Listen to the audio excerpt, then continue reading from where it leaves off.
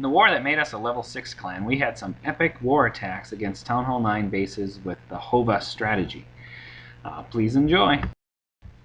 I'm going to start this video off with an attack from vis-rupt, who's going to use a healer to distract a lava hound along with his HoVa attack.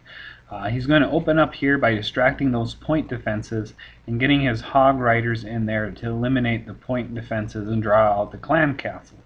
The Giants do a good job of keeping the attention of the point defenses, allowing the hog riders to make quick work of the defenses there. And you're going to see here vis-rupt's going to trigger all the giant bombs. That means there's not going to be any giant bombs left to deal with any of the remaining hog riders. Now vis-rupt puts 2 archers on the top and a healer, and that's just to keep the lava hound occupied while the main force attacks here.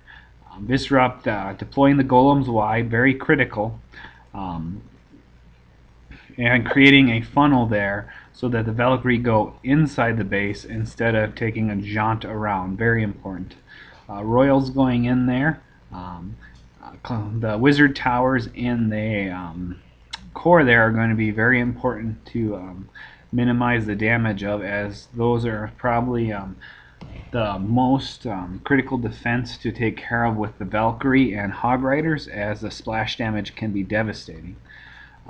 They're using a jump spell to get the units into the core, getting the golem to keep the wizard towers occupied while the defenses are occupied, getting those last 5 hog riders in while the defenses are preoccupied, like I said.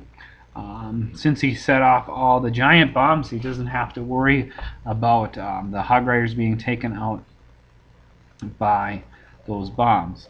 And since the defenses are preoccupied, particularly the splash defenses, the hog riders kind of sweep through the base, eliminating them. You can still see a Valkyrie going strong there. Fortunately for vis-rupt, the point defenses stayed pretty occupied by tanks. Here you're going to see the hog riders get thinned out as the wizard tower and cannon make work on them. Fortunately, the golems are going to move in, allowing the archer queen plenty of cover fire as she cleans up the remainder of the base. Remember, when you hit Town Hall 9, those heroes become absolutely critical, and you're especially going to get those golems up in case you have to be asked to take on a Town Hall 10. And there you go, vis-rupt with his 3-star HoVa attack. Nicely done. Next up, I'm going to go into some attacks by a promising new member, Beaver. He gets 6 stars this war, doing an awesome job using the HoVa strategy. Now let me quickly comment with HoVa. The reason it's hard to master this particular strategy is that there's many deployment methods that you can use, and you can vary the composition in relation to the deployment method. You got surgical, where you use small groups of hogs while defenses become preoccupied.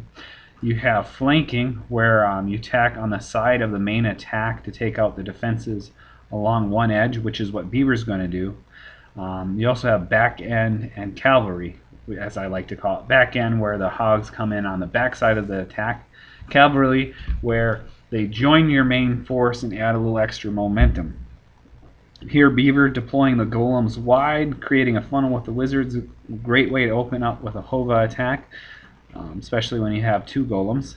Getting the royals in there first, that's an important thing to note. Having the Valkyrie come in behind while all the big tanking units go in first. Lava hound coming out there.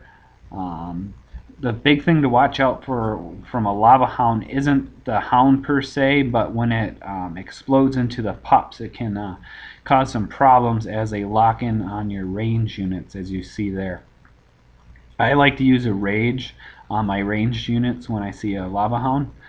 Here, Beaver's Valkyrie getting into the core, sending in the hog riders on a flanking side, as you can see there. The brunt of a lot of the defenses are focused on the Valkyrie that are in the core.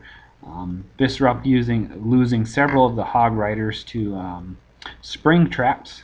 That's why it's a good idea to spread your hog riders out so that to minimize the loss to those spring traps.